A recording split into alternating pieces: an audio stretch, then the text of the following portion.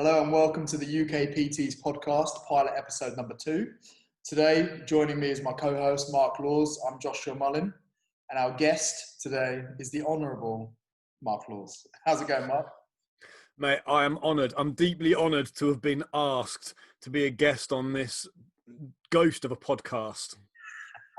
Well, this is pilot episode number 2, so we're still working out the kinks, but I think it's getting there. You know, the first episode was, an hour and a half, so that's some solid, that's a good amount of information. Yeah, mate, I think that's a decent amount of time.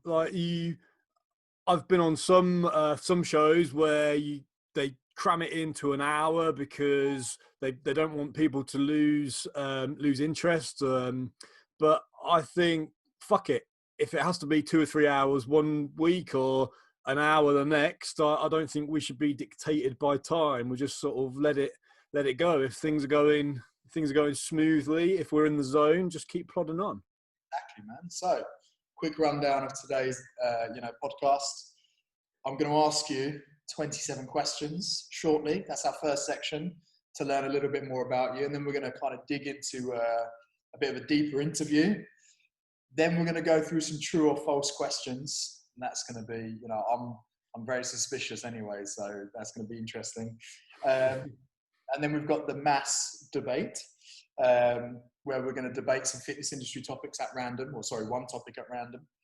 And then we're going to choose some questions from UK PTs to kind of have a look through and kind of dissect those questions. So, should we get started?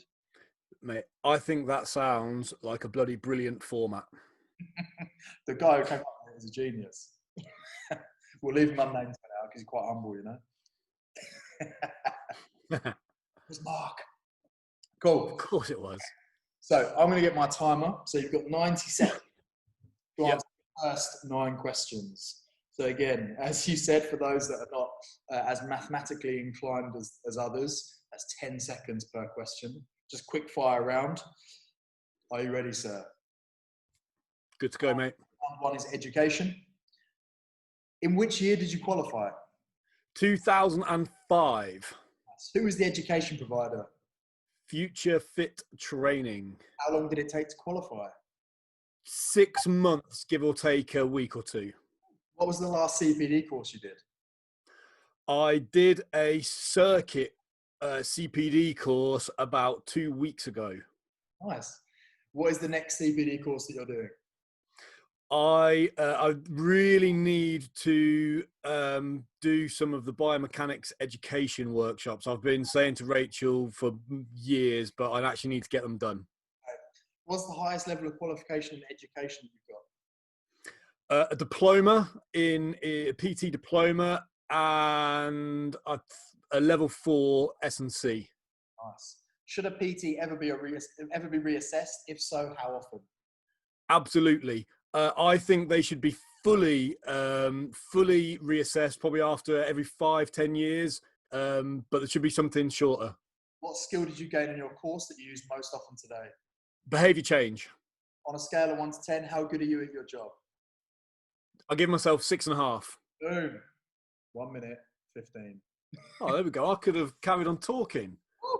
That was on the bit that I missed out. So there on the level 4. Yep. That I was employed to help to write a level 4 and put together like the assessment and make sure it was all mapped to the correct standards, etc. But I don't think I actually have the certificate. So technically I wrote the course or wrote bits of the course. I put the assessment together, but I don't think I've actually done it myself. But I like to think that I probably would pass it considering I wrote it. So that's a level 3.5. 3 3/4, I reckon. Because you. Yeah. Okay, so the next section, round 2, is industry. Yep. You ready? Do it. Right. Name the most underrated person, product, or thing in the fitness industry. Tom Crudgington. Ooh, nice. Name the most overrated person, product, or thing in the industry. HIIT. Ooh. Which book should all PTs read? Any of the Dan John books. Never Let Go is a good place to start. Foam rolling, yes or no? Yes, I like it. No, I don't do it. How long did you do gym hours before being exclusive as a PT? About 7 years, 7 to 8 years. Which common fitness myth do you wish you could debunk forever? No pain, no gain. What is the best piece of work-related advice you've been given?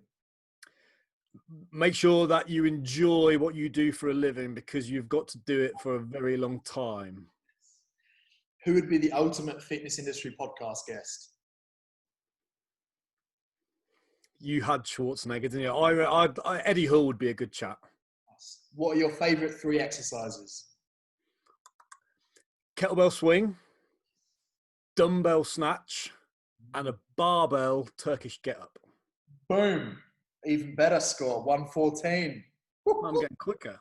Took a second off. Okay, you ready for round 3?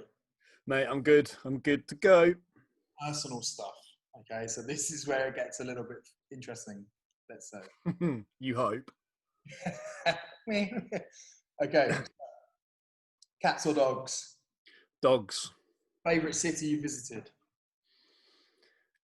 San Francisco. If you could attend any concert, who would be playing? I change every day, but I reckon I'd probably go Nirvana, Reading 92. Wow. What was the last TV series you watched, streamed an episode of? Ozark, end of series 2. If you could choose anyone to play you in a movie about your life, who would it be? Eddie Murphy. And if he's not available, Ron Jeremy. Would you rather go back in time to speak to your ancestors or forward in time to speak to your descendants? Absolutely back. I'm obsessed with the past. I'm becoming obsessed with the past. So I would go back in time. Nice. Would you rather shag a goat and nobody would ever know, or not shag the goat, but everyone thinks that you did? Of course, I would not shag the goat, no matter how pretty it was, and I wouldn't care what people thought. Good. Name one thing that's still on your bucket list. To dive with a great white shark. Boom. Yeah, 10 seconds spare, 120. So a bit slow. Nice. That was So you mean I had a bit more time to think about the actors? Yeah, you definitely did. Eddie Murphy's funny. Do you not think he'd be a good fit? I think he'd be perfect. You get me? I really struggled to hold that together then. That was fun. Sorry. So that was very, very revealing about, the inner workings of Mark Rules and how you perceive yourself, I guess. Every time you step on stage, you think about Eddie Murphy. Or Ron Jeremy. Don't forget, he was my backup choice. Should I put pictures up on the podcast so people can see? No, people can just Google it. So just grab your work laptop or your partner's work laptop, just type in Ron Jeremy, and then just scroll through the images and the pictures. Nice. For those who didn't grow up watching 90s porn. So, on to the interview. So, Mark, obviously, me and you have spoken for a ridiculous amount of hours over the years. We've known each other for, probably close to 8 years now. So, you said you qualified in 2005 with Future Fit. Mm-hmm. How did that kind of play out? What gave you the motivation to become a personal trainer in the first place? Graduated from uni and was offered a coaching job back at my old school. So I was working there as a student, but I was teaching PE stuff, and the idea was that I was going to do 1 year, and then if that went well, I was going to do like my on-the-job PGCE sort of stuff. The trouble was, though, I sort of working in a school isn't the best sort of thing for me, because I don't like being told what to do. I'm not very good at sticking to like rules and stuff like that. So that didn't work overly well. And there was no progression. I was like, I can be in this job for 30 years and then one day I'll be head of PE or like head of a house or something like that. and there wasn't enough sort of progression. Plus, I got a bollocking once. I was being observed by the headmaster teaching a classroom-based lesson, and I was drinking water. I had a bottle of water on my desk. I was having a sip as I was teaching, and he picked me up. The biggest critique he had of my teaching was that, not that I was teaching a religious education class and didn't have a fucking clue what I was talking about, but the biggest problem he had was that I was drinking this bottle of water. And he said, well, the problem is, if you're drinking water, then all the kids will want to do so as well. And I was like, yeah, great, brilliant, that's what we want. He's like, no, we can't have that, because that's not allowed. Bear in mind, this is now early 2000s, like 2004, 2005. So I dare say things may have changed. But just stuff like that, I was just like, why the fuck am I coming up against these barriers of things that I think are good things to implement? And it's like everything's going to be a problem. So I found a post came up on the internet about being a personal trainer. It was the Future Fit website that got my attention. I sort of called them, had a chat with the lady, and fast forward a couple of weeks, I was signed up and ready to go. So what did your qualification kind of look like? What was the structure of your course?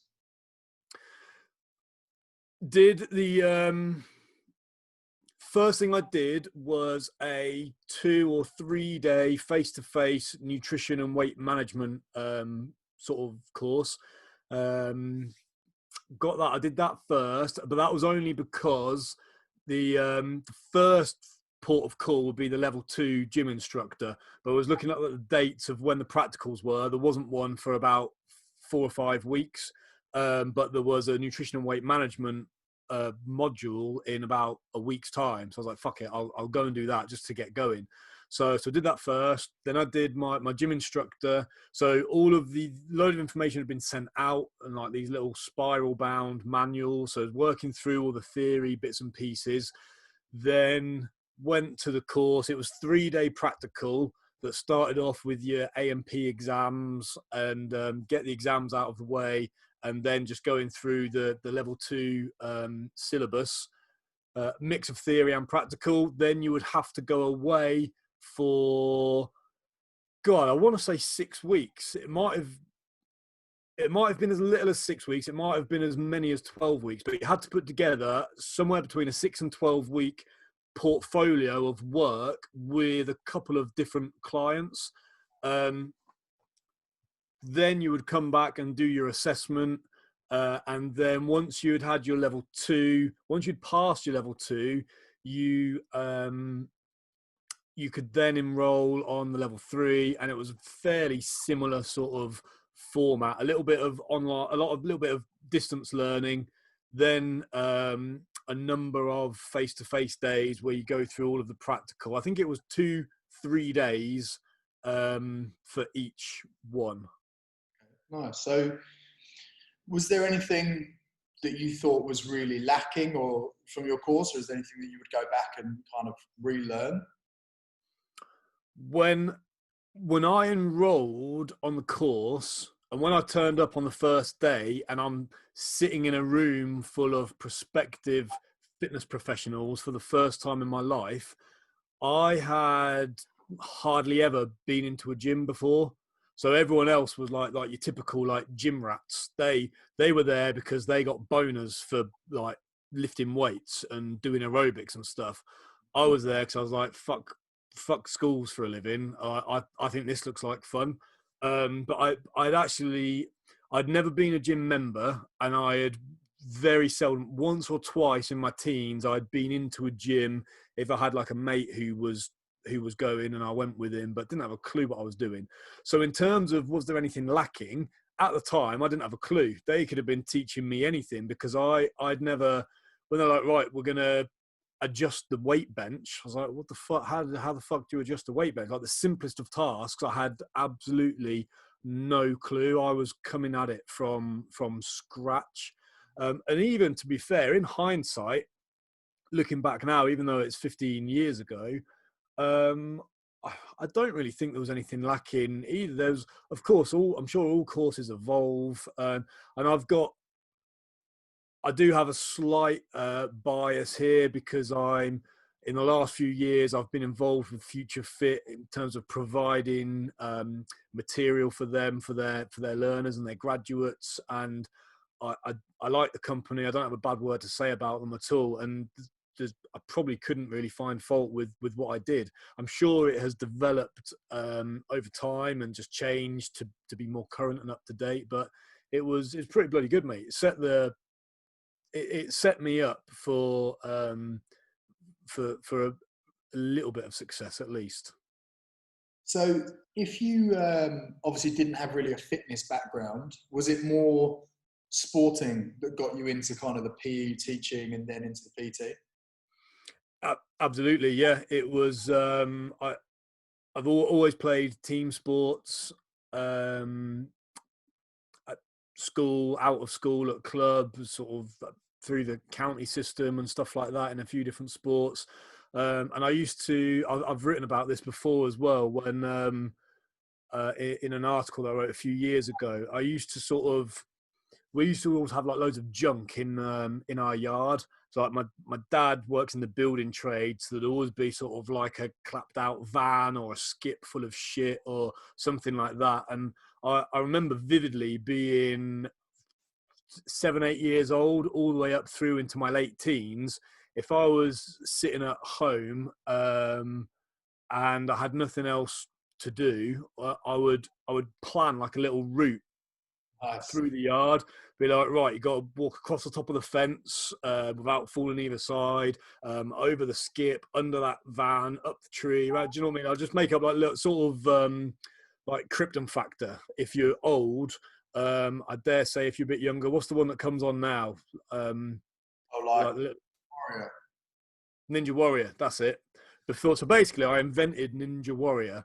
But I used to plan a little route, and I'd time myself, and then I would sort of try and beat it. I'd spend all day trying to beat it. And that was sort of being active and doing shit, but it was always unstructured. It was all sort of quite chaotic, which, as we talk more and more over the episodes of this podcast, that is true of my training now. Because I still don't train regularly. I don't have a template system. Like, this is my program. This is what I'm working on for the next 12 weeks. And I'm going to do this on this day and this on this day. I've never done that in my life, ever. It's all just kind of like, oh, I feel like doing shit. I'm just going to swing this kettlebell around and do some juggling. I wonder if I can throw it over my head and catch it. And I'll spend a few hours trying stuff like that. It's very, very unstructured and chaotic, both in my growing up and now my work life. Amazing. So my next question, so let's say you qualified 15 years ago. Yeah.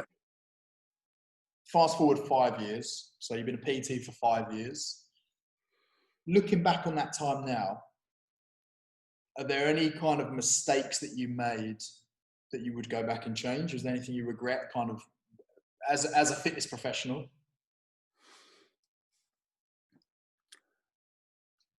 Back then, so in the first few years of my career, I put all my emphasis into the stuff that people were doing, as in like the exercise selection, varying it so they don't get bored, the techniques of how to do it properly, and things like that. And that was like, all of my attention was based around what people are doing.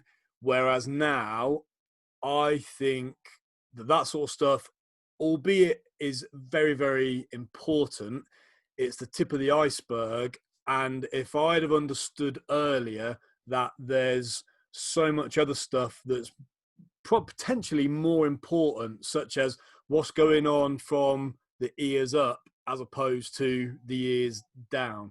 So that's one thing that time has kind of taught me, that if I could grab a young PT now and shake them and knock some sense into them, it would be to almost like forget about the nuances of what exercise or what techniques or all those things.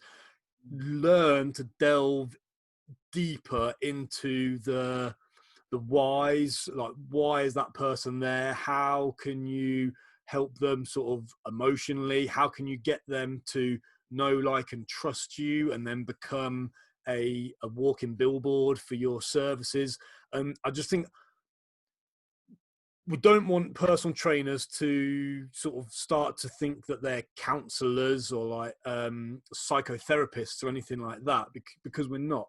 However, there's elements of all those things that are crucial to at least have an understanding of. And if you think the goals of most people who come to the gym to have a personal trainer have some sort of insecurity about the way they look usually, but that might stem from how they feel. The people who walk into a gym with their fucking dick swinging round, like picking weights up over their head because they know everything, they're not potential customers for a PT. They're the clever dicks that already know everything, and you cannot begin to explain to that person that they might need a little bit more help. So that's not our demographic as a client base. The people who are absolutely shitting themselves of coming out of their car, let alone coming out onto the gym floor and playing with something, they're the people who are our bread and butter. Not that we want to be taking advantage of them, but that's our business, our livelihood. And for every one person who has the balls to actually walk into a gym and say, excuse me, I haven't got a fucking clue what I'm doing. My belly is hanging over my trousers. I've not seen my dick for 3 years. Can I please give you some money that I can't really afford, but I need to do something because this is the last straw, or fucking knows what's going to happen to me. For every one person that walks in like that, I reckon there's probably 5 people sitting at home scared senseless to make that first move. So yes, understanding the small teaching points of an Olympic snatch, getting someone to snatch 200 kilos above their head and go to the Olympics, that is a fantastic skill. It's just fuck all use for the 30 million people on this island. Other islands are available if you're watching from overseas, but let's say at least 30 million people on this island who are scared senseless of what personal training even is. And the person who can tap into that ethically is worth their weight in gold. Nice. I'm just quickly writing down some other questions. So you mentioned earlier on that you were doing gym hours and working as a gym instructor for 7 years. Tell me about what happened. So you finished your course, you're a fully qualified personal trainer, and then what was the route then of your first couple of years? I'll tell you what happened. I worked for and got sacked by every major gym chain you can think of. Technically speaking, I was offered the sack, and I quickly got my resignation in before they could officially do it. So I was like, oh, you can't sack me, I've quit. Well, fuck you, I quit. But that was what happened. So I chopped and changed. I worked for half a dozen different gym chains, most of which have gone bust now. Fuckers. So there was an element of quite a stop-start nature to my career. So in terms of my work in the gyms, I wasn't working at any of them for long enough to build up a sustainable enough PT business to be able to go exclusively as a PT. However, at the same time as that, I was also completely undeservedly, I fell into elite sport, professional sport setups That would have been in 2007. So I was within my first 18 to 24 months of working in the industry. So that took me around the world, and it took me into an environment where I was picking up a lot of things that you didn't see in typical mainstream gyms around the UK at the time. So when I then did come back into the gym environment, that set me up to slightly change the way I conducted myself. And I just always had this thing that this little just security thing that I needed back then, because I didn't have enough income to rely solely on PT. But it's also something that I mentioned in the last pilot when I interviewed you, and I'd mention it in every presentation that I give to PTs in the industry, is that about having that second income, something to fall back on. And sometimes it pisses me off sometimes when there's a few forums that I'm in that are chain-based forums. If I've done some work teaching there, then often I'll get put into the group with all their PTs, and be people bitching and moaning that I've had to do 3 gym hours today. They're like, are you fucking kidding? That means that someone has paid you 30 quid or probably 25 quid for 3 hours of your time. And during that time, you're allowed to walk around and chat to every single fucking member that's in there. They're paying you to generate your own leads. Are you fucking stupid? The vast majority of all clients that I ever got, if I counted them up, I dare say it's got to be 80, 90% of clients that I gained when I was in working in gyms was from teaching classes. So teaching circuit classes. 8 out of 10 of all my clients would come from people who had been in my class. They're like, that was good fun. I want to do more. I want to learn to do more of that. Some of that stuff is cool. Firstly, they get to know me. Then they get to like me. And then because all of the other morons at that gym are sat with their head in their phones in the staff room, hiding because they daren't come out and talk to people. So they hide off the gym floor. Then when those people who have been to my circuit class have a question or they see me, they engage in conversation. And that's where, God, so many of my clients came from. So I was getting paid my gym hours to be on shift, or I was getting paid to teach that class to generate my own leads that then my career was built on. So it's sort of I can't even remember what your question was now, but I know it's something to do with gym hours. Yes. So oh yeah, I remember. It is not a bad thing, even if you've been doing the job for 20 years. Doing a few gym hours, and especially when, you mentioned in the last episode where it was 800 a month you would charge for rent. So I've never had to pay that much, but I did used to have Fitness First used to take 100 quid out of my account every Monday morning. That's a depressing start to the week when you're 100 quid down and you haven't even had your breakfast Monday morning yet.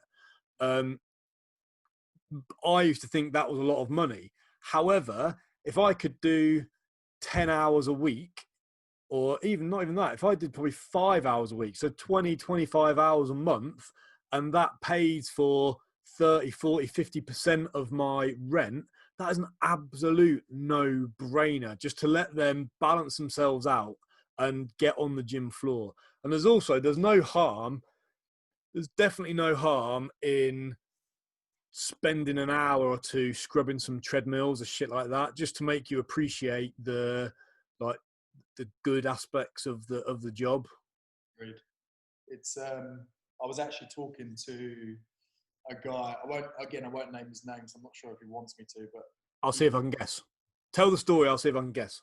So he's got a company that has, just before lockdown, they had 800 personal trainers, and they manage the PTs in a certain amount of gyms across the UK. And we were having a conversation because they're going to be taking on PT Toolbox across the company. Yeah. And the biggest feedback that we got from all of the PT managers across the country was that the personal trainers just didn't know how to approach people, or they weren't willing to approach people. It was like they were, like you say, hiding out in staff rooms and scared to speak to people. So I think that was just insane. So we actually got a course coming out on that soon. Just a little shameless plug there. Oh, slip that in there. All right. Do you know what mate? I blame Tinder, because while they're sitting there in the staff room looking at their phones, it's just like swipe, swipe, swipe, swipe, swipe, swipe, swipe, swipe, swipe. Oh, I've got 7 people have accepted me, or whatever they do. And they'll be like, fancy a fuck, fancy a fuck, fancy a fuck, fancy a fuck, fancy a fuck. No. Yeah, go on then. You're like, great. And I think too many people then think that's how life works. So we go like, oh, do you want PT? Do you want a PT? Do you PT? PT. 10 sessions, 300 quid. Like, PT, like, and if you ask enough people, someone's going to just go, oh, yeah, actually I do. But it's a very backwards way of trying to generate business. It is a little bit, isn't it? I think so. So once you kind of, you'd spent your 7 years in the trenches, as they like to say, as a gym instructor, what was your next move? Where did you go after that? So that take us to about 2012.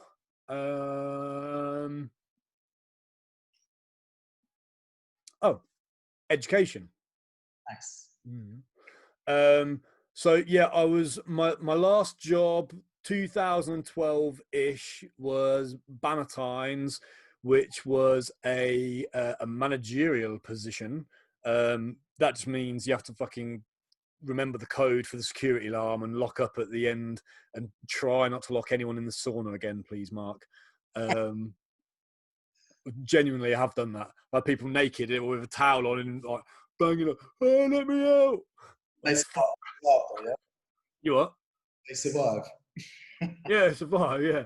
They'd obviously I hadn't locked them in the sauna, but they had been in the sauna when I'd locked the gym up, and they were at the reception window. That's amazing. Yeah. I've done that. I've done that a few times. But so I left Bannatynes, and that was then when I got another one of my many undeserved jobs, and that was at Jordan Fitness, which was my foot in the door then to what I sort of refer to as like the inside of the industry. So getting to know the names and the faces of people who make equipment, who teach courses, who publish magazines and supplements and all that sort of stuff. So yeah, that was my next move. That would have been around 2013. So was that quite a steep learning curve for you, going from being the personal trainer and being in the trenches, and then going straight into education? Like, was there quite a steep learning curve for that? Yes and no. It was a steep learning curve in terms of I was then going back to the problems I'd faced when I worked in the school environment of, oh, you're not allowed to say that, or you're not allowed to do that. You're not allowed to do that because we've got a customer who sells 10,000 treadmills a year, so you're not allowed to slag off treadmills or anything like that. So I had to be very conscious of what I was doing and the way I was doing it, so as to not upset fuck knows how many thousands of people, which is not a bad thing. And I never maliciously try to upset anybody, but there's just, you know me well enough, so I'm quite sort of honest, probably too honest with my thoughts and feelings on certain subjects, and vocalize them probably too much. But hey ho. So that part of it was a steep learning curve. In terms of to be honest, I like to think I was a bit like a duck to water to teaching courses. I had already, let's say if you take kettlebells for example, I used to run sort of kettlebell workshops. And when I went into a new gym, I would put on a 6-week kettlebell workshop, because normally if someone had done a kettlebell course there before, it meant that you got like a 2, 3 or 4 kilo kettlebell, go a few like round the worlds and some side bends and some bicep curls and chat to Stacey about like how much of a wanker Brian is for half an hour, something like that. Whereas I would do like a little 6-week course and or 6-week series of classes, and week 1 I would teach the swing, and then week 2 I'd recap the swing and add a clean. Week 3 I would recap a swing and a clean, and I'd add a press, and so on and so forth. So I was teaching it in a similar way to how you would structure a course anyway, just in kind of like segments, and then bringing it all together and having 20, 30 people in a room, and you've got different abilities. So I was quite familiar with like troubleshooting. So like if someone struggles with this bit of a Turkish get-up, here's 3 little things you can do to regress it or to help them to learn it. So because I'd had God knows how many numpties who couldn't do things, and I'd have to sort of think on my feet. I'd sort of figured all that out for myself, sort of thing. So when it came to teaching a course to personal trainers, I feel that I was quite good at teaching them things in a way that would be very applicable to their clients, because I had learned it all on my clients. If you add in then I'd had a background by then of probably 10, 12 years of coaching sport. So from my late teens to this day of delivering, so teaching people how to do stuff.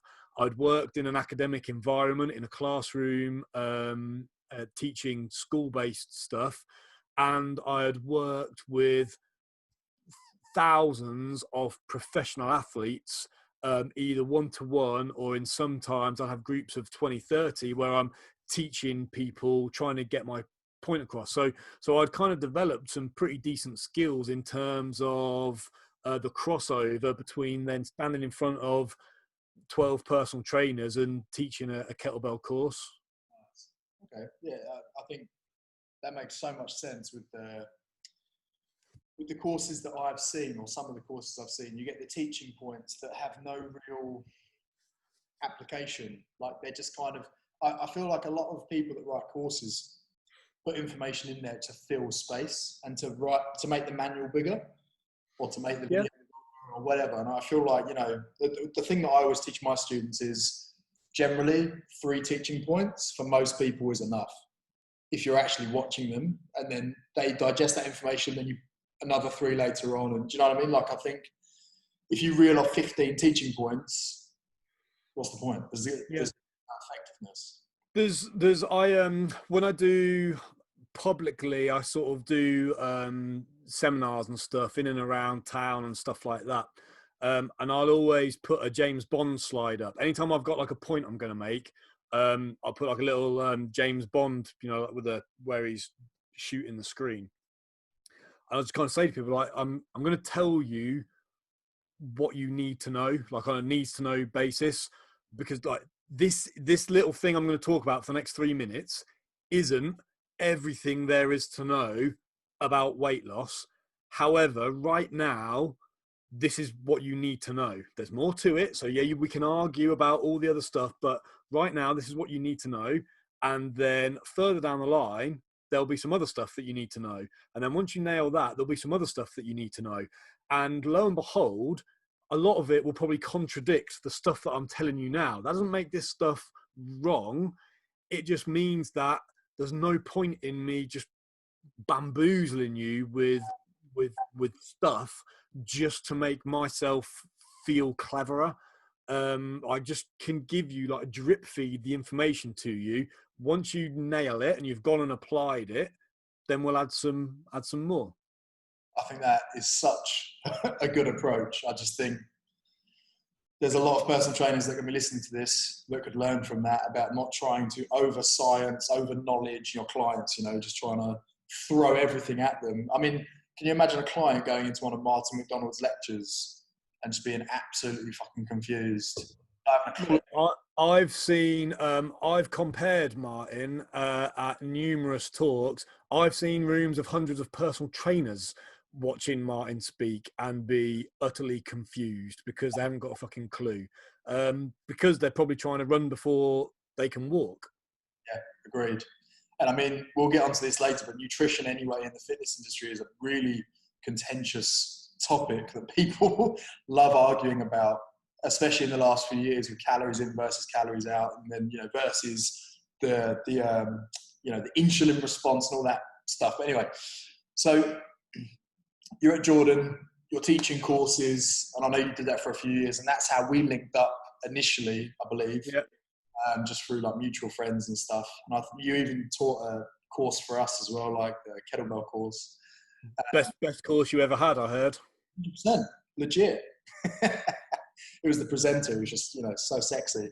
And so after you... Did he look like Eddie Murphy? A little bit? A little bit, mixed with Ron Jeremy. Yeah. Yeah, of course so. A merge. So you've finished at Jordan.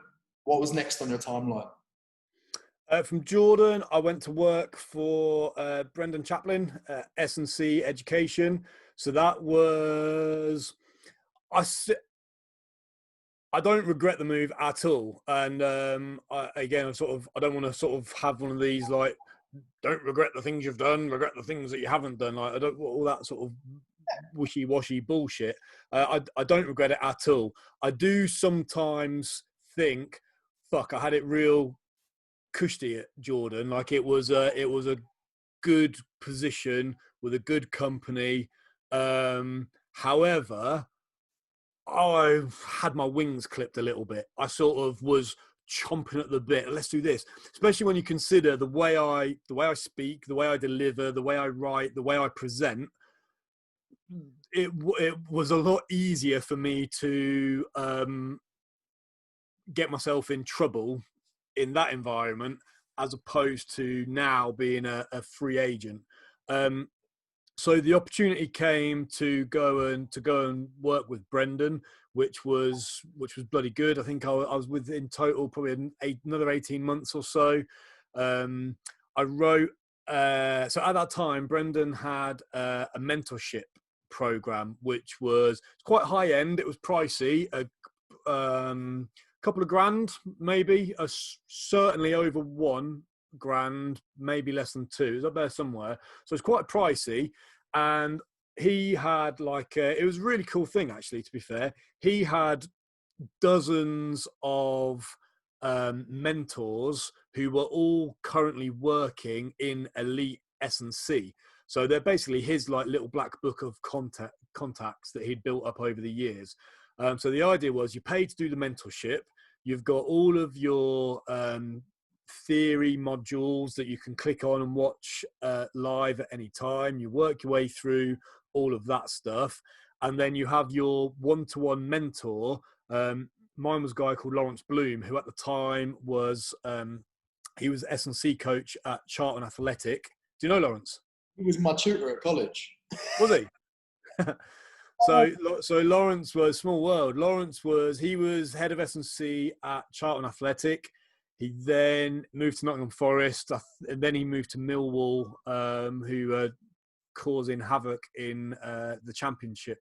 So he was like a career S&C in football. He'd been at Southend for years before that, hence probably the link of where you'd met him back when you were growing up. So that was fucking cool, because you're working on all this stuff, and then I can ring Lawrence, who's actually working with professional players, and I went in and I helped him with pre-season, so I'd go up for a few days and help with pre-season for a few weeks, and then with my link with Jordan Fitness, I helped put a new gym into the Charlton training ground and stuff like that. So there's like lots of little links in there. Then another thing that I did for Brendan was to write some CPD workshops. I'm getting back to my point now. I'm really shit at getting back to my point. That's good for The mentorship was quite high end in terms of its price and the depth of content.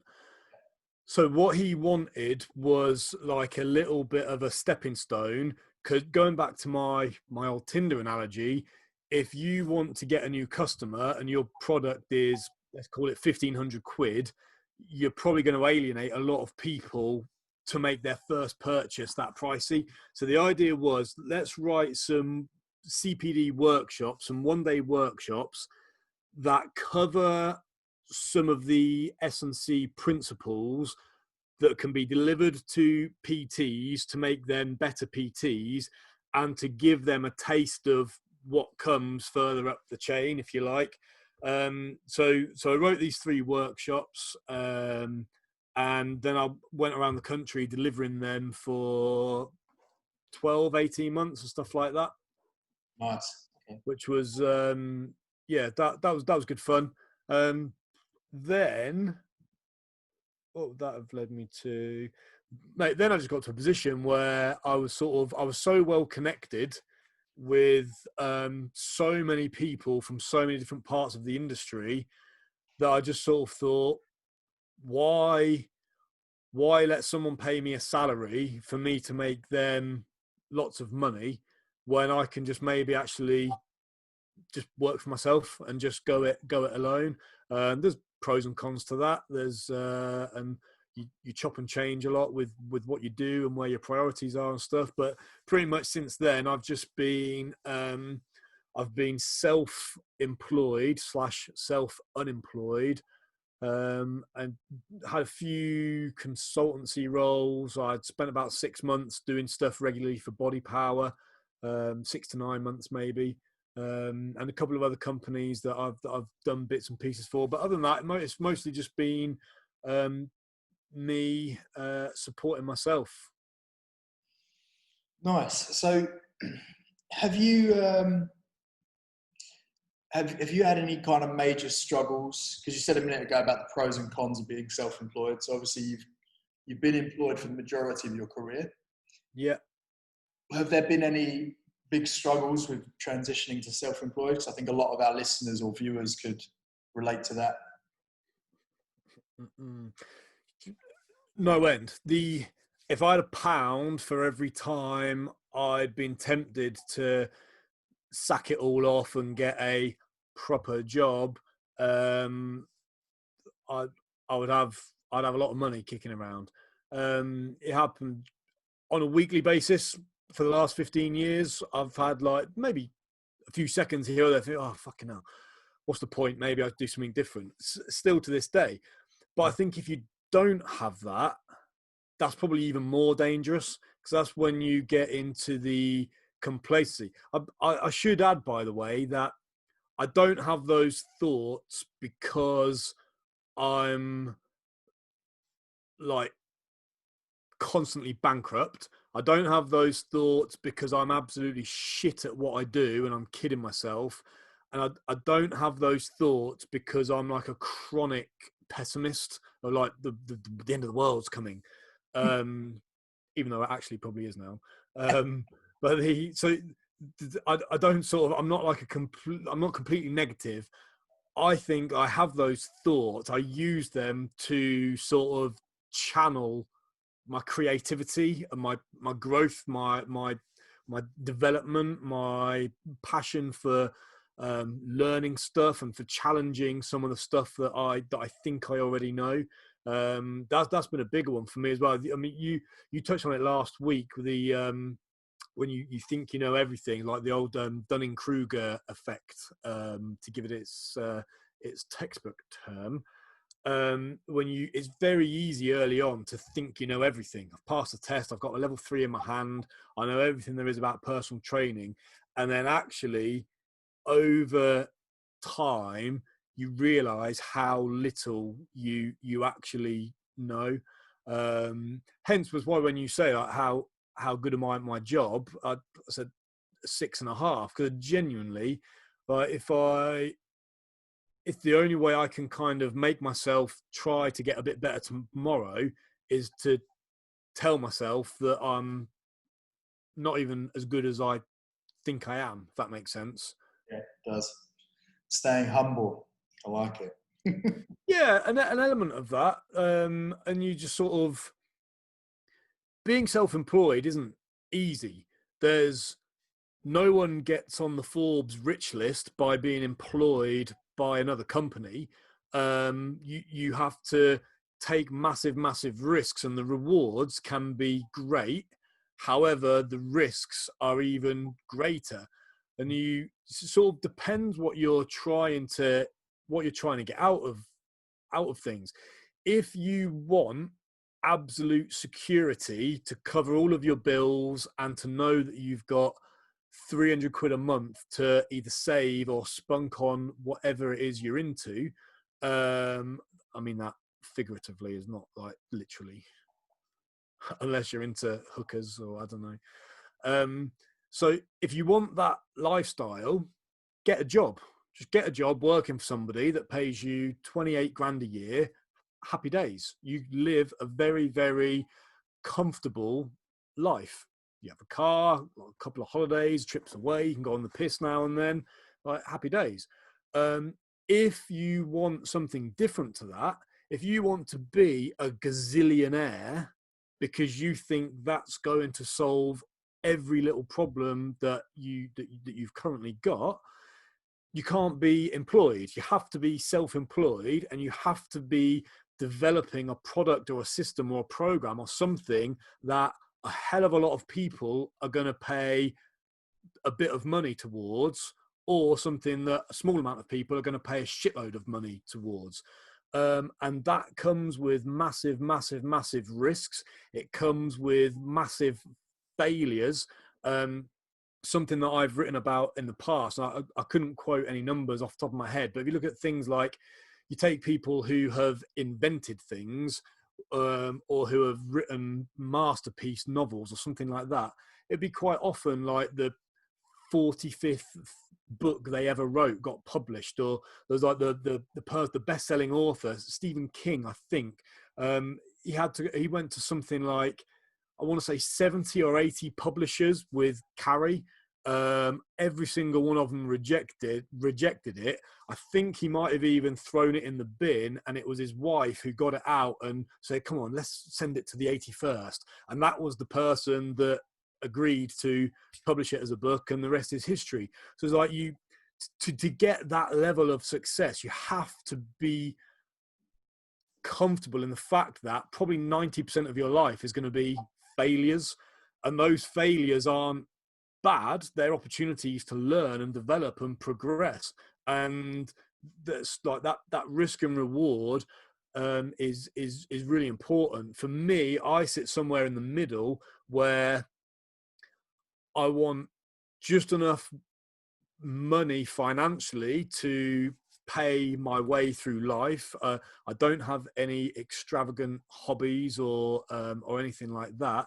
But I also want to have the freedom to be able to say cunt if I want to say cunt in a presentation, or to be like, oh my God, Mark wrote Willie in his article, we can't publish it. And I, fuck's sake, like, excuse me, Mark, you can't say this about this company, because I'm like, fuck's sake. So I want to have freedom to be able to be an obnoxious bellend. So from that aspect, I have to be self-employed and dip my toe in with companies who aren't threatened by the way that I conduct myself. Yeah, I mean, just like PT Toolbox, just they love you, those guys. So throughout your time as a PT, what would you say is your kind of best investment that you've made, either be it a CPD course or be it learning a new skill?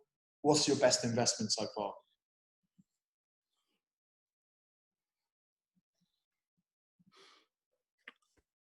Um, Good question. That is a good question. When I early on in my first job at Virgin Active, I had a couple of really good kettlebell lifters in there that they'd been over to Denmark and done the original like RKC qualification. I think you could only do it in the US, and there was a venue in Denmark that had one or two a year. So there's a couple of guys who'd been and done that, and there was a heavy influence of kettlebells in the gym that I was based at then. So I was very, very interested in that whole area. I didn't want to be the guy that was copying them, going to do the same course as them. So instead of doing the RKC, I went and did the AKC, which was the American Kettlebell Club or American Kettlebell Certification. So that I flew over to Cincinnati and did the course, and that was with Valery Fedorenko, who was a world champion kettlebell lifter. And they weren't rival companies; they were just a little bit different. RKC was quite sort of what's the word, like hard style kettlebell lifting, whereas the AKC was sort of kettlebell sport, which is 10-minute endurance based. So I went and did that. So that was a very, very good investment, because for the sake of probably a 500 quid, 600 quid course back then, that's 2007, man, that was a lot of money for a 2-day course. Plus, when you've got to fly to America, stay in a hotel for a few nights and stuff like that, that was a bloody good investment, because that is what then gave me my foot in the door to professional sport, which then led to God knows how many years of employment and consultancy-based roles. So that was a very, very good investment early on. Other than that, in terms of like non-monetary stuff, one of the best investments that I made was from a networking perspective. So when the old Facebook was born, and you're looking at then, or when my awareness of Facebook was probably about, what if I said 2009, 10, something like that. That would be when I was probably might be 2008. I went through a stack of men's health and men's fitness magazines that I'd had at home for probably 10 years. I'm talking a pile that from the floor was almost head height. I went through every single magazine, and I'd be like, oh, who's this guy that's written this magazine? Okay, there's his name. I'm going to find him on Facebook, add him. Who's this lady that's written this thing? She's this expert on this thing. Okay, if this magazine thinks that she's an expert on this topic, I need to have her in my life. So I'm going to find her on Facebook. I'm going to add her. I'm going to connect with her. I'm going to ask her questions. I'm going to talk to her. I'm going to read other stuff that she's written. If then I think she's a fucking moron, I'll delete her and I won't give her my attention. However, I'm sort of putting a bit of trust in these global publications, and that how did these people end up in these magazines? Yeah. 9 times out of 10, it's not because they are the best informed person on that particular topic. Having worked as an editor for magazines, and currently now as the I was before, I was like a section editor, whatever, sub editor. Now as an actual editor of a whole magazine, as we speak, I tell you how those people get in those magazines, because they fucking know people who make the magazines. That is how. Maybe 1 in 100 people that you see in a magazine has been approached because of their notoriety in a particular area. The other 99 have probably begged their mate who knows someone who works for the magazine, and they've begged them to publish an article for the last 12 years. So going through that level of stalking, for want of a better word, gave and built me up like a really good network of people that then led to sort of doing work within the media, writing for magazines. Not because I'm the best at it. Absolutely, I'm probably not even in the fucking top 80%. But there's that all came from that networking and that sort of desire to be around people who are seen as being at the top of the industry. That makes a lot of sense. I think because obviously UK PTs was born from the fact that I'm very, very passionate about networking. I think it's something that every personal trainer should do. One of the first events me and you went together to Loughborough for Rachel France's biomechanics seminar. Obviously I taught there, and it was one of my slides was about networking ferociously, which is something I still say to people now. Like, I think it's massively important. Because again, as you said earlier, being self-employed, it can be very, very lonely as well. Like, it's you.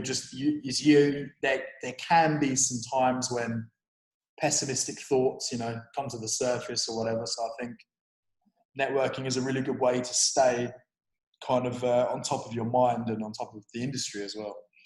Absolutely. And it's so not only for your sanity to be able to reach out to other people who most definitely have experienced the same problems as you, if not far worse, just because their Instagram feed tells you that they're the happiest person in the world and everything in their life is amazing, but that doesn't mean shit. So from that element, 100%.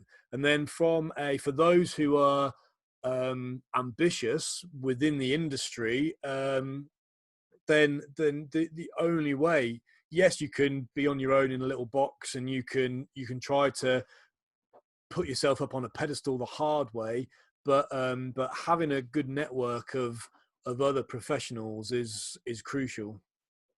It's so true. And I think if anyone listening doubts that networking is powerful, I think that I would say probably, I would actually say 90% of my opportunities have come from some form of networking. Other than that, the other 10% have been self-made opportunities with, in fact, I'd say probably 95%. I can only think of one real big opportunity that I created myself. Yeah. That's Pete's Toolbox. But so moving on, I've got kind of 2/3 questions for you before we move on to the section. So the next question is actually two questions combined. So obviously you've been in the industry a long time. Your views, your thoughts, your knowledge have obviously evolved with you as time has gone by. What's your current kind of philosophy around training and nutrition, if you had to summarize it? Simplicity. Nice. If you're looking at it from a training perspective, I have a way of making people train that's based on the assumption that personal training does need to be personal. However, sometimes I think people probably try to make things different just for the sake of it being different, and they then end up making their lives like hell because they're constantly trying to just make things different for the sake of it.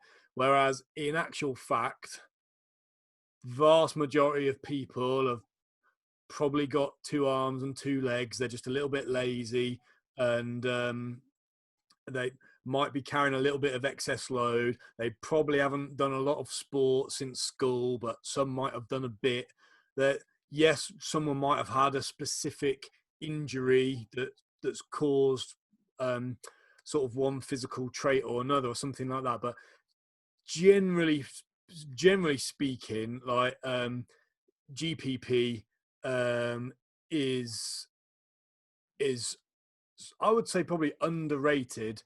And if you've got a good system of working with people that is simple in its nature. You asked me what book should PT read, should a PT read, and I went down the Dan John route. There's hundreds of books that would be worth using, but the thing about Dan John is the simplicity of what he talks about. It's just very, very easy to digest and understand and implement, and you don't have to go and spend another $3,000 on some fancy equipment or certification in an area. Just fucking learn how to do a squat, do it really well, and do a front squat. Learn how to pick a bar up off the floor, learn how to pick an object up and carry it from A to B, etc., etc. There's sort of, again, going back to like the little James Bond sort of scenario. If someone walks in as a prospective client and says, "Hi, Mark, I can snatch 210 kilograms, but in order to win an Olympic gold medal at my weight, I need to try and get that to 220 kilograms. Is there any way you could help me?" That's a very, very, very specific context. However, how many PTs have ever had that happen? Zero is the answer, because anybody who is that good will be working within an elite institution and will have their coaching taken care of. So we often don't need to be that specific. Yes, if you want to go and do a 2-week-long Olympic lifting course, fantastic, because if that's what you absolutely love, brilliant. And if that differentiates you from your competitors in your area and brings you business, brilliant. However, of the 10,000 clients that I've probably ever dealt with, 9,999 of them probably just want to lose a bit of weight and tone up a bit. And if I didn't feel like shit when I got out of bed in the morning, that would be a bonus. Most people fall into that category. So for those, like, the simplicity is absolutely key. And we'll probably talk about it one week when we don't have a guest on, and I'll happily go through my sort of retarded little way of programming things. But simplicity is massive. And to be fair, that probably goes over for the nutrition side. I mean, we don't want to get a war on our hands, and we're going to have numerous guests within the nutritional field that can come on and probably talk about all this stuff in more detail. It's not my strongest area. That doesn't mean I don't know a fucking thing about nutrition. It's just I've got an advanced diploma sitting around here somewhere in sports nutrition. Oh, I said diploma. I've got an advanced diploma as well. Put me up one notch. And I've got a degree. I forgot about that. Yeah. But my degree is in leisure and sports studies, which is like business sort of facility management shit rather than actual industry stuff. But anyway, I digress. My nutritional stance is also very simple. That if from a weight loss perspective, can we first of all start off by measuring how many calories we're consuming? Then when we've spent a bit of time just going, oh fuck, there was 800 calories in that meal. I thought it was healthy because it said health food on it or something like that. So can we just, first of all, can we measure what we're doing? Next phase, if we want to lose weight, can we maybe reduce our intake? Can we have one eye on increasing our expenditure? And vice versa if we're trying to gain weight. And then we don't have to be a moron to work out that if you spend all your life eating fast food and junk food, it might not be conducive to breaking a world record or winning a gold medal. So sort of, but I'm also on with the sort of, if you want to have chocolate, eat a fucking bar of chocolate. If you want to drink half a bottle of whiskey, drink half a bottle of whiskey. Just understand the calorie content if you're watching your weight, and be aware of the impact on your health if health is your goal or performance. That's pretty good. I think maybe we should do an episode, like you say, when we haven't got a guest on, where we dive into our philosophies when it comes to training and nutrition, because I think that could be quite interesting. Because I know that mine has changed massively over the years, from bodybuilding, CrossFit, powerlifting, kettlebells, just everything. So my final question for you before we move on to the next section is, what are your current biggest pet peeves within the fitness industry? What do you fucking hate about the fitness industry?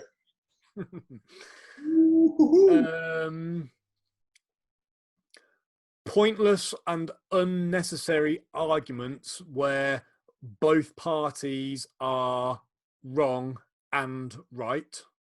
Mm-hmm. That annoys me. People wasting their, usually personal trainers who don't have enough clients to train and don't have enough money coming in, therefore fill their time by arguing with other personal trainers who think slightly differently to them, based on their views on certain areas. So just wasting time arguing about, I'll tell you, this was a great one. Should a personal trainer use PT in their name on their Facebook profile? Fuck me. Took me about 3 days to read all the comments on the, that was a few years ago, back in UK PTs. And it was genuinely, there were personal trainers going, I do not think a PT should use PT in their name because it's stupid. And other people are like going, I don't think it matters because you can do what you like. Just everybody love everybody. And I'm like, fuck me. Like, what are people coming to when they're like, doesn't fucking matter. If you want to have PT at the end of your Mark Law's PT, if you want that to be on your business card, fucking put it on your business card. Like, that's not going to be the differentiator between you like selling fucking $10 million worth of shares on the stock exchange or having to go to your local food bank. It does not matter. So that fucking pisses me off. Interject there. The reason I'm laughing so much is literally about a week ago, someone put up a post on UK PT saying, can everyone stop fucking putting PT at the end of their fucking name, because nobody ever got any fucking clients from having PT on their name. And I was like, delete. I don't think anyone sits at home scrolling through their feed going, oh, look what Derek had for dinner. Oh yeah, great. Oh, look what Terry's been doing in his shed. Great. Oh, this person's got PT in their name, so therefore I think I might ask them to take my money. Like, I don't think any PT thinks that is what's happening. It's just, who gives a fuck? If you want to have it in there, have it in there. If you don't, don't. But you're both wrong and you're both right. It just doesn't matter. Like, it honestly doesn't matter. Stuff like that could go on. Or there's another one. Should a personal trainer be ripped? Discuss. And everyone's like, yeah, duh. If you haven't got a six-pack, then how are you going to get any clients, you prick? And people on the other side are like, no, it don't matter. Everyone's equal. We're all equal. Just everybody love everybody. I'm like, it doesn't fucking matter. Does not matter. It's like, how many goals did you see Alex Ferguson score at Old Trafford? None. But that doesn't mean that he didn't fucking nurture Cristiano Ronaldo into probably one of the greatest handful of footballers who have ever fucking lived. Like, you don't have to be scoring 50 goals a season to tell someone else how to be able to improve their game as a footballer at an elite level. You have to be a good coach. And that is very, very different skill set to being a good athlete or performer. On the flip side, you can't sit on your fucking couch like a fat slob telling people to do something that you have either no experience of or no understanding of the learning curve in that skill or thing that they're working towards. So it just doesn't fucking matter. Great. Okay, so next we're going to go on for the true or false section. So if I am correct, you should have prepared 2 statements that are false and 1 statement that is true. I have. And I will try and decide which one is true. Okay, good luck. So, statement 1, I have been arrested 3 times. Okay. Statement 2, I have got royal blood.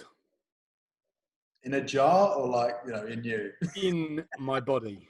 Okay. In a jar, yeah. Statement number 3, I have lived on 3 different continents. Have a think, Mr. Josh. Have I been arrested 3 times? Do I have royal blood in my veins? Or have I lived on 3 different continents? Not holiday, actual living. Oh, this is difficult because my first thought was I wanted to say the continents one was true because I know you did some work in China. I was there 2 years.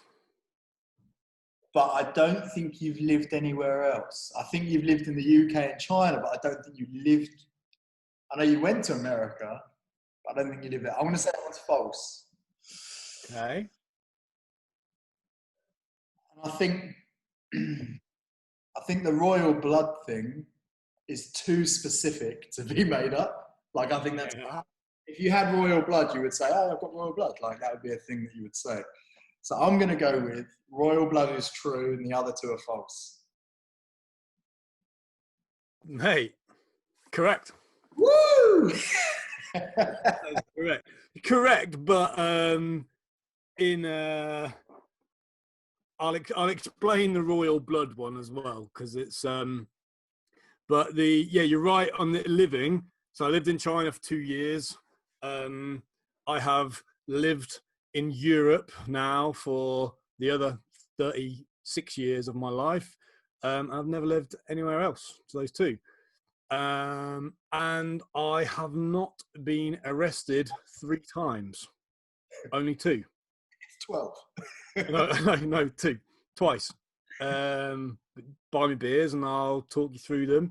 And the royal blood one was true, which only really came about during lockdown, chatting about like my dad has this thing, right, where he'd never told me ever that he'd seen Jimi Hendrix live. Wow. Not only that, but he saw Jimi Hendrix live at his last ever gig. And I was like, how the fuck would you not tell me that? Like, what? I've known you 30 odd years now, and you've never, like, music is quite big in our family. Like, we love our music, all different genres, and we like get chatting about stuff, usually pissed at Christmas, something like that. And my dad would be like, oh yeah, I went to see Jimi Hendrix in concert the last time. I was like, how the fuck have you never told me that? Anyway, doing that. And then we were chatting during lockdown a few months ago, talking about where we had lived or where I had lived, like growing up. And I remember living in a house where we moved to when I was probably about 18 months old or a year old or something like that. And I remember being there. We were there for about 3 or 4 years. So some of my earliest memories were within the house. And my mum and dad lived in another property before that. So we were talking about my early memories in this house. And then my dad was like, oh yeah, and we, but do you remember living in the house at Bird's Corner? And I was like, no, don't remember it. And then it turns out they had this like beautiful big country house that had been given to my family to shut them up because 3 or 4 generations down the line, older, my dad's great-great-great-grandmother had an affair with the king and had an illegitimate child that then entered the child was my dad's nan, I think, something like that.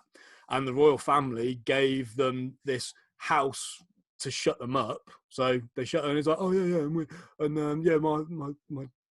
my nan was the illegitimate child of the king. And I was like, why would you not how have you not told anyone that ever before? So I wouldn't say it's probably don't ring the News of the World up and tell them you've got an exclusive. And I don't get any invites to the palace or to the garden parties, but the house definitely existed. It was absolutely trashed by my fucking heathen family, and all of the furniture and heirlooms and stuff that would probably now be worth an absolute fortune were just trashed. And the house was probably sold for about 100 quid. But yeah, it was potentially, read into it what you will, potentially I am from the bloodline of an illegitimate royal affair. I always knew there was something regal about you. There was just, Yeah. So did I, if I'm honest. So did I. But yeah, there we have it. So could be bullshit, but I don't know. It's an semi-interesting story. I like it. Okay, so next up, we need to choose a topic at random. Hold up, wait. Are you telling me that it is time for the mass debate? We are going to be mass debating on the podcast. See, you don't get this shit with like Prince Harry and William, do you? A mass debate live to the nation to give the people what they want. I have never mass debated with a member of the royal family, illegitimate or not. Just I have. It wasn't Prince Andrew before you get that in.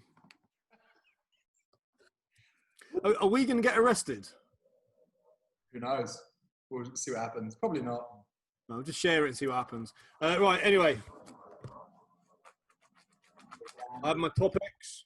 And the Tupperware of Doom.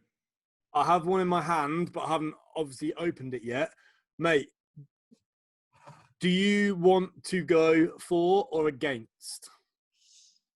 What did you do last time? You went against, didn't you? I went against Expos, even though I really like them. Okay, I'll go for against.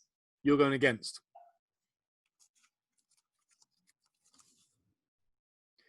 Machines. Okay. Are we talking about against Jimmy's? You are? Or like Terminator? Weight machines. Plate loaded, either plate loaded or pin stack. Okay. Or cardiovascular, I suppose. Is that in a minute?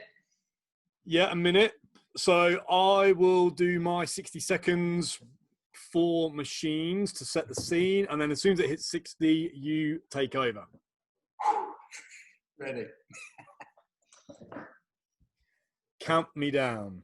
3, 2, 1, go. Okay, so one of the best things about machines is that you can't go wrong. We've established in this very podcast that a lot of people walk into gyms and they feel maybe a little bit insecure or they're unsure as to what they should be doing. With a machine, you can't fuck it up because it does that and that, or it does that and that. It's very, very simple. There's a picture of a little fella right next to you showing you what to do. So you shouldn't be on it upside down doing a handstand because it's clearly there on the picture. It shows you the muscle groups that you're going to be working, and nice, straightforward, sagittal plane, you can get strong as fuck. And as if that is not beneficial enough, just think about the thriving industry and the factories that flourish now they haven't got tanks to build and have to build all of the different and weird and wonderful machines. So there's a penalty there because you went over by like 4 seconds. So yeah, shut up. You should have interrupted me. Right, go. So I'm going to go against machines because they force people into a set pattern of movement where, as also discussed on this podcast today, we are all different. We all have individual needs, and forcing someone into like a movement pattern or to use certain biomechanics, I think can be unnecessary, but also dangerous as well. I also think a lot of personal trainers over rely on machines and they use it as a stopgap for when they're kind of a bit bored of their client and they don't really want to do any fucking coaching. So they go, oh yeah, we'll just do on the pit deck. You fuck off, Sharon. You know, I'm on break. Then the other thing is as well, personally, I think that a lot of machines are very, very overpriced for what they are. They take up a lot of space that could be used for some glorious kettlebells. And I think that's pretty much it. Boom. See, I get bonus points because I was under the time limit. So no, because that means you couldn't think of enough good things to, enough bad things to say about machines, therefore negating your argument. I think it's actually the caffeine, because obviously that was a cold brew Starbucks, and I've had 2 other coffees today. Or maybe it is just your a personality trait of yours that you finish early. Can't argue that. I've heard. All right, the mass debate is over. As always, it's all sort of tongue in cheek, and we're trying to make the point of that there's no wrong or right, really. You can use machines and they can be fantastic. You can use machines and it can be terrible. You can not use machines and deliver a fantastic service, and you can not use machines and deliver a terrible service. As always, there's no real right or wrong. There's just horses for courses. Exactly. So that leads us quite nicely onto the next section, which is new. We're going to just quickly scroll through UK PTs, and I'm going to pick out some questions from some of the members in the past week. We're not going to name any names because obviously we haven't got any permission for that yet. However, if your question is asked and you've got a beef with me or Mark for our answers, then feel free to message us or call me out on UK PTs. So there was a question. Mate, sorry to interrupt, but to add to that, this in this little section of the show that we'll finish on most weeks, we would be more than happy to get the person who's asked the question onto the show to either ask their question on the show and for us to discuss it live, or for them to give their feedback on how helpful or unhelpful the answers that they got were. I think that would be really good. Be like a phone-in show on the radio. So exactly like that. Get them on the Zoom call. So if this doesn't get us a job on Kiss FM, then I don't know what will. But we like being self-employed, so true. Benefits and drawbacks. So this is kind of, the first question isn't actually really the question I want to discuss. It's the questions that then came from the comments that I want to discuss with you. So the question was, posture analysis app recommendations, please, for personal trainers. And then the comments kind of broke into a bit of an argument. It's not the worst we've seen, but it's not the best. And basically the summary was people saying either don't assess posture, you don't need to, it's not going to tell you anything, and you're not qualified. And then there's other people saying, yeah, I assess posture, I use it for X, Y, and Z. So what are your thoughts on posture analysis, Mark? Good question. So I try to be as succinct about it as I can. PTs need to know their places. Yeah. And assessing posture or going around claiming that you can change posture is a bloody bold statement that you had better be able to back up with a very, very, very long period of experience and expertise in that specific field. So if you think that adding posture correction as a little bullet point on your flyer that you're going to walk around the local council estate putting through letterboxes, if you think that's going to then all of a sudden make you rich, it isn't. So don't worry about it. However, if you come from a biomechanics, a movement, a musculoskeletal background, and you are well versed in those types of things, then it's not the end of the world if you then bring that into your personal training. The caveat to that would be is like, should we change posture? Like, can we change posture? I'm sure this is going to be a good topic to maybe get one of the biomechanics guys and gals on in the next few weeks to talk about it. Because I tell you what, I use an example of, say, like I use gait as an example, like the way people move, and you sort of say, like, we're going to analyze your gait, and this is what good gait looks like. So I need to now fucking change your gait until it looks like this textbook version. And although there will be a sort of a textbook kind of an idyllic perspective of what gait or posture should look like, we're all fucking different. We've all got different backgrounds, histories, injuries, illnesses, ailments, goals, and things like that. Is that it's very, very difficult to then try to make everybody fit into one category. And going back to my gait example, when I used to work in elite sport, we used to lose like the mechanics of sprinting and running and stuff. And yes, that's great to a certain degree. However, there's you can look at some of the best marathon runners in the world who are running like 210, 215, 220 marathons, and their gait is fucking dreadful. Like the rotation through the trunk, the diagonal movements with the arms, and the ankles flailing out to the side, like instead of all being in a straight line, their gait is fucking diabolical. Yet they're running 2 hour, 15-minute marathons. So like sometimes you need to kind of not only know your place, but sometimes you don't have to just change things for the sake of changing them. If that makes sense. Absolutely agree. Yep. So that would be my kind of view on it.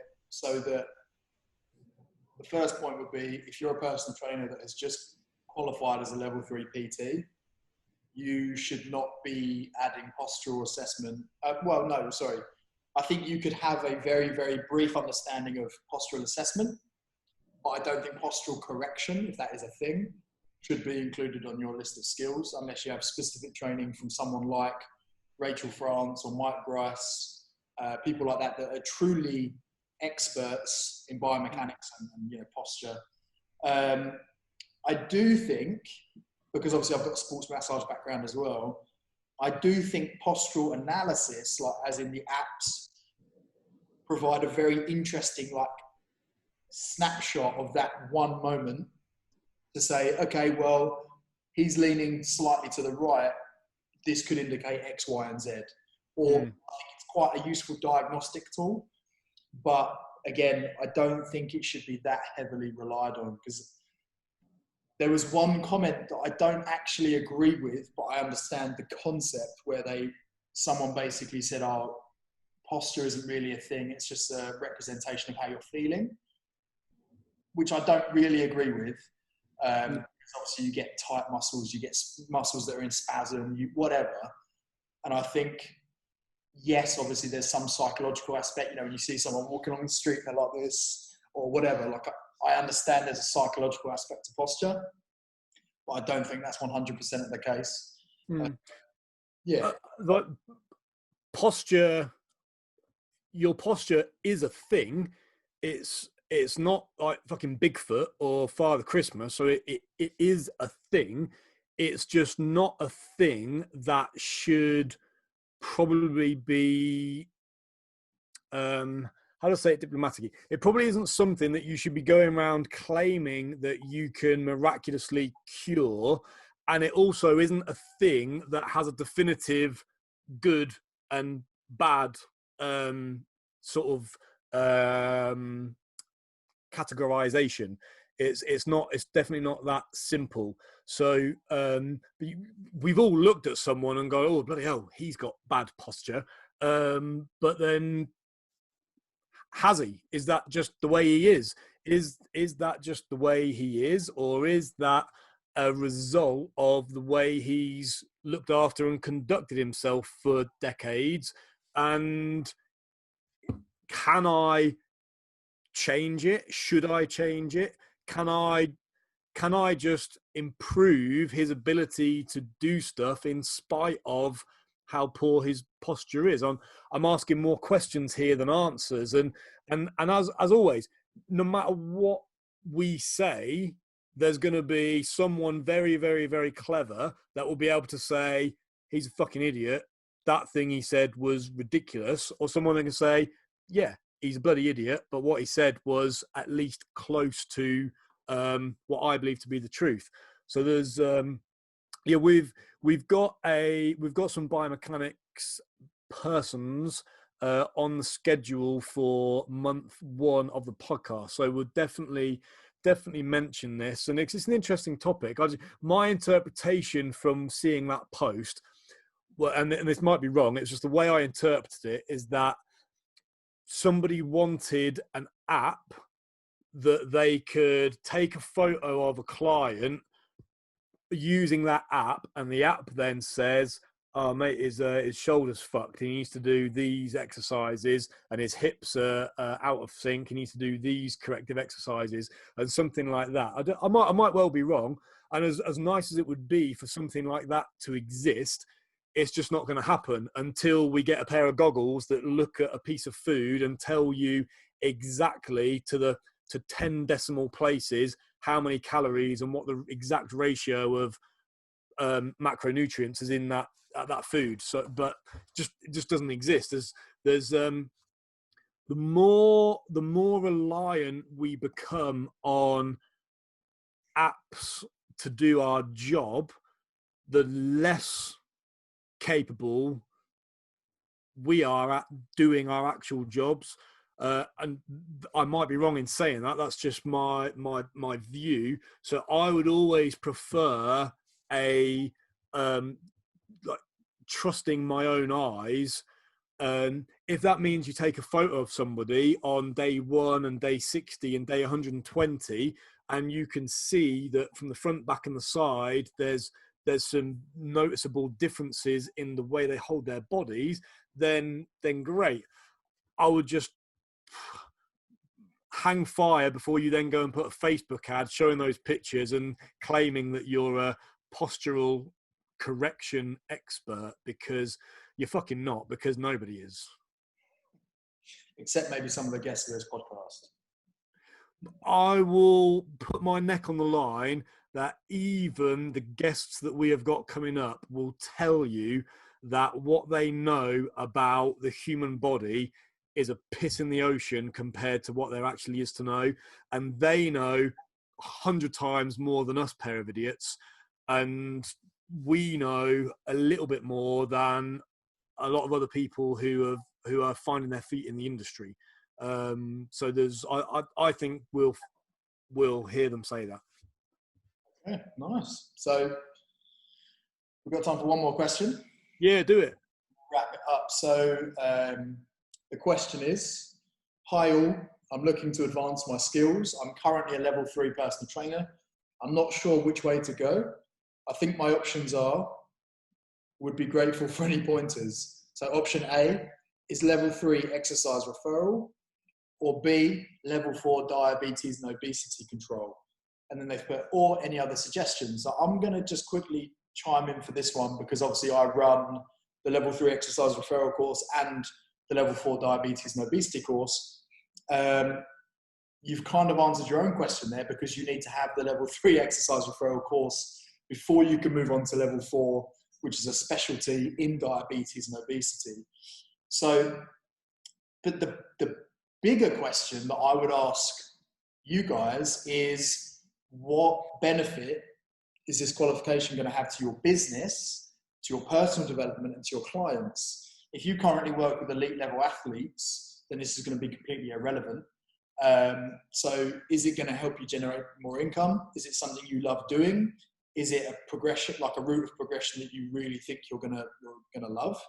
And that would be kind of my pointer, is make sure that it's something you really need to do, that you're not just pursuing the next course on the list because you're being targeted by clever marketing.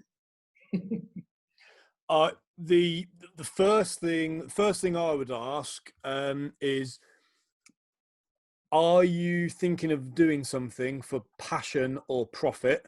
So if you've grown up your whole life, like on your parents' fridge, you were drawing pictures of you as an obesity and diabetes coach, then if that is your passion that you think you are perfectly suited to, do the thing that you care that passionately about. Somebody who's so passionate about a topic probably wouldn't ask a question because they wouldn't need someone else's approval. So I would assume that it isn't a passion thing. So on the other side of it, from a business perspective, as you just touched on, are you doing it for profit? Are you doing it because you think it's going to make you more money? And there's absolutely nothing wrong with doing that. However, if you're doing it for profit because you've seen other people do the same thing and they've been profitable, that doesn't necessarily mean that it's the thing that you are going to be profitable at. And it doesn't mean that you're going to have anywhere near the same levels of success. They might be working in an area with a demographic that is rich in potential customers, whereas you might not. There's too many variables in there. So if you are doing it for financial reasons, just make sure that it's going to be worthwhile. If you sit waiting for the bus every single day and you see that opposite your house there's a Weight Watchers clinic, and every single week for years on end you see the same people coming in with the same problems and they're not getting anywhere, then maybe you've got a little niche within your area. You've got a demographic ready and waiting. So if you go and upskill yourself in that area to then specifically target the people in your area that have got a problem that you can fix, then happy days. But just it depends. The best answer in the book for that one. But on that note, a question like that's not a bad question. That is a genuine question of somebody who's looking for a bit of advice. So they're either deliberating between 2 or 3 options and they just want to hear some other people give some positive or negative feedback on any of them, or somebody asking a question like that is just pissing in the wind and fucking clueless about what to do next. They just want to know what's out there. There's nothing wrong with either scenario. The problem you get with asking a question like that is quite vague would be the answers that you get. You're going to get people who have done one of those courses that will say it's brilliant, because they've done all right out of it. You'll have people that have done one of those courses and been shit, and they're going to slag it off. And then you're going to have people that haven't done any of those courses that are going to chirp about something else they have done. And you're almost going to end up in a worse position because you're going to have potentially poor feedback on the things that you were considering doing. And you're going to probably have your head turned to other things that are maybe absolutely irrelevant. Any Tom, Dick and Harry that's probably got a course to sell will then chirp up and go, no, they're shit. However, I've got this workshop. So I'm like, oh, shock fucking horror. Everyone comes out of the woodwork with their miraculous thing they're trying to sell.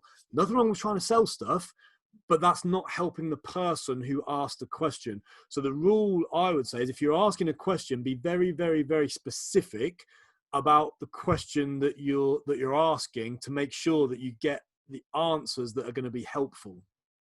Massively agree. I mean, I'm looking through the comments now, and I'm going to comment on this in a minute because I'd actually missed this question. And fucking hell, some of the people that are trying to pitch their shit. There's always a particular group of people that come up on a lot of posts that we've discussed before, and yeah, there's a few coming up now. And do you know who they probably are? They're people who sell so few courses that they don't spend enough time teaching those courses. Therefore, they have the time to sit and go through 30 posts a day on the UK PTs page and try to sell the shit that no one else is buying.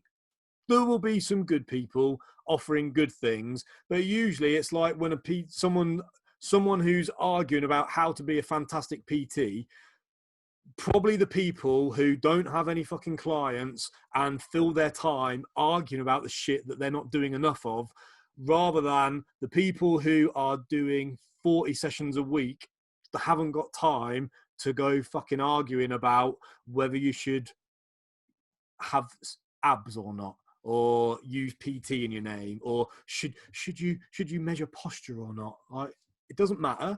If you do it and it works, great, but you can make a living from not doing it. Like, move on.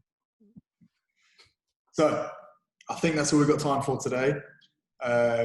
This episode will be up on YouTube, hopefully later on today. If not, it will be by Monday.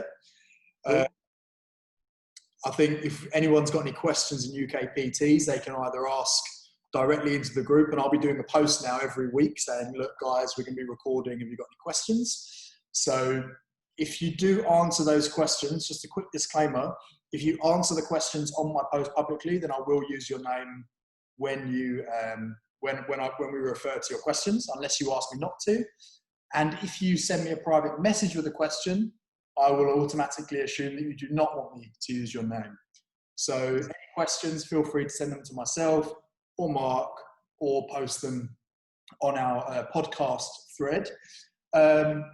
Other than that, I've got nothing else to add. Mark, have you got any final thoughts? Mate, I'll just obviously we've done these two podcasts as a little bit of an intro into me and you, and just to play around with the format of the show that we're going to use moving forwards. So these are sort of like non-existent actual podcasts. They don't count as actual episodes.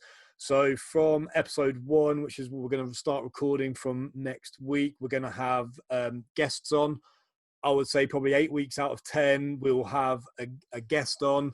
And the guests will be varied. They will be people with huge profiles, and there'll be people with smaller profiles. There'll be people who work very generically, and there'll be people who work very specifically within certain niches within the industry. We've got a long list of people that we're lining up. We've got some very, very, very good names, and the whole point is just to trying to make people more confident, more competent as fitness professionals. There's no real right or wrong as we sort of keep trying to get across. Just try to use our own experiences, either good or bad, and add that in with the stuff from the guests, and hopefully it will be entertaining and interesting enough for people to keep tuning in and keep listening. On the questions front, I think it probably wouldn't hurt for us to just set up like a little landing page with a form or something that can just come through to our email addresses, so we can share that link with people on the post, and we'll tell you who the guests are a week in advance, and then you can ask specific questions to those people. Again, we can read out your names, or if you ask us not to, we can not. And that is about it, really. So this hopefully will be slightly mildly entertaining. I've definitely heard worse podcasts, and make everybody slightly better at their jobs. If we can make the fitness industry 1% better, then we've done our job here, and I'll be happy. Happy days. I'd settle for 0.3% better. A bit specific. I'm easier pleased. Okay. Mate, I will see you on the next episode, which will be episode number 1, and will feature our first special guest. Oh, it's exciting, isn't it? All right, I'll see you next time. See you, mate. Have a good one.